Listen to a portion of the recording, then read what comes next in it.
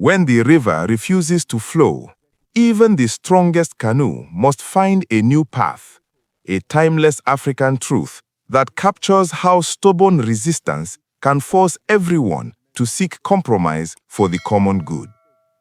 In Anambra State, that river of commerce has finally begun to move again after Governor Chukwuma Soludo reached a landmark agreement with market leaders to ensure all markets and shops operate fully from Monday to Saturday, effectively ending the long-standing Monday sit-at-home disruptions that have paralyzed economic life in the Southeast. Welcome to Confirm Street News. Now waiting we hear with a report, but be sure say na confirm. The breakthrough came during a high-level meeting in Awka, the state capital, held on Saturday, January 31st, 2026, bringing together market leaders from across Anambra, including representatives from the Onitsha Main Market.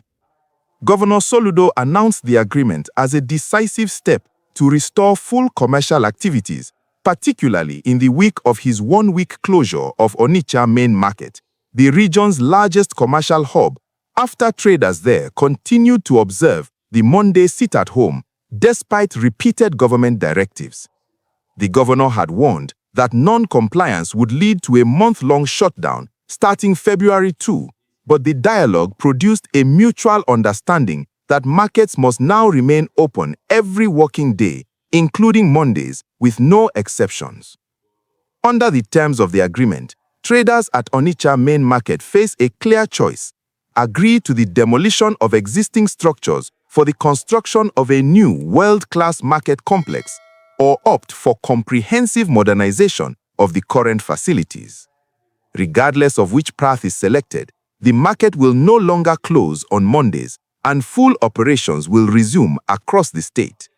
Soludo emphasized that this shift is non-negotiable, stating that the sit-at-home practice, which began as a political protest by IPOB to demand Kanu's release and highlight perceived injustices in the region, what started as targeted protest has persisted for years, enforced sometimes by fear or coercion, costing the Southeast billions in lost revenue and crippling daily trade, agriculture, and small businesses.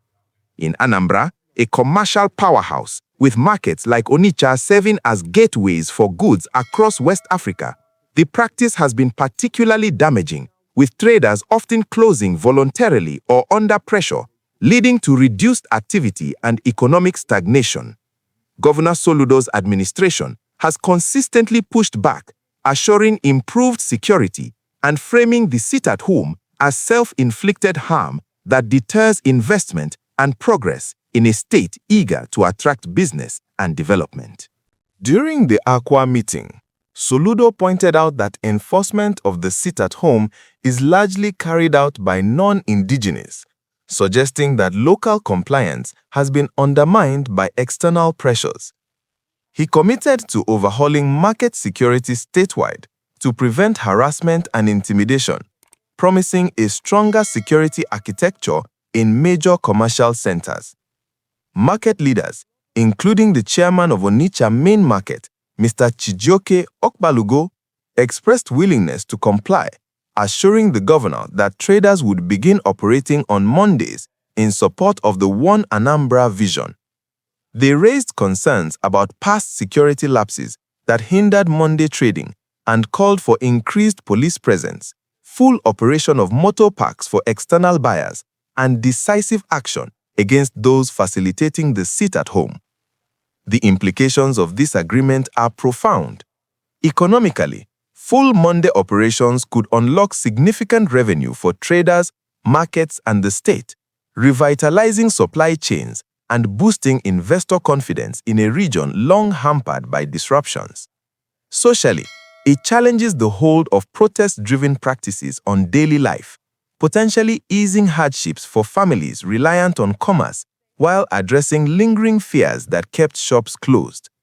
Politically, it strengthens Soludo's authority in enforcing policies aimed at normalcy, but it also tests his administration's ability to deliver on promised security improvements.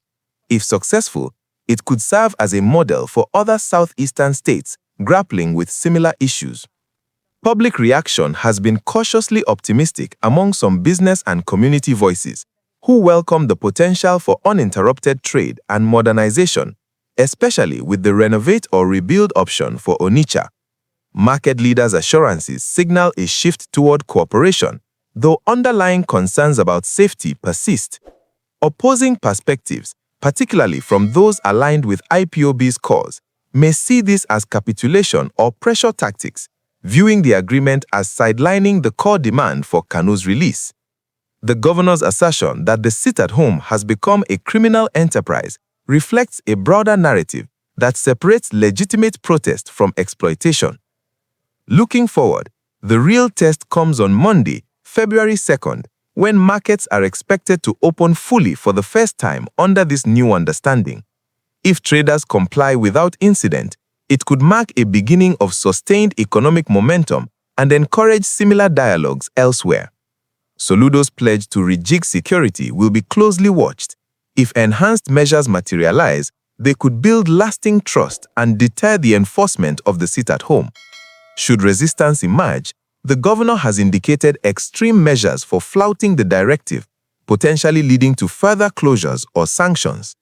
Over time, this could pave the way for broader modernization projects, transforming Onitsha into a more organized, secure hub while addressing the human and economic costs of prolonged disruptions.